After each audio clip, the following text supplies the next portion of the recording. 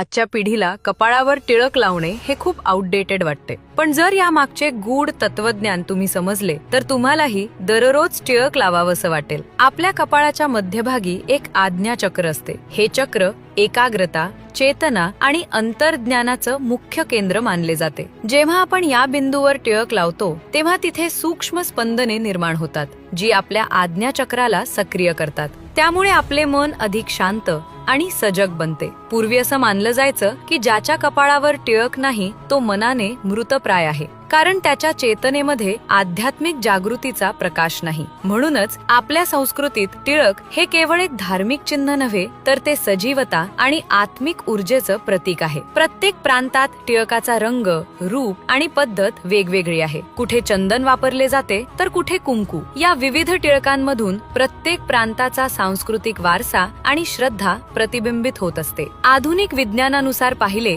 तर भुवयांच्या मधोमध अत्यंत संवेदनशील नसा असतात. जर आपण त्या ठिकाणी चंदन किंवा भस्म लावले तर आपल्या मेंदूची उष्णता कमी होते, तणाव घटतो आणि मानसिक स्थैर्य वाढतं. टिळकातील सुगंधामुळे सेरोटोनिनची पातळी वाढते, ज्यामुळे आपला मूड सुधारतो आणि शरीरात ताजेपणा जाणवतो. म्हणूनच टिळक हे केवळ परंपरेचं चिन्ह नाही, तर विज्ञान आणि अध्यात्म यांचा सुंदर संगम आहे, जो आपल्याला निर्मळ, संतुलित आणि प्रकाश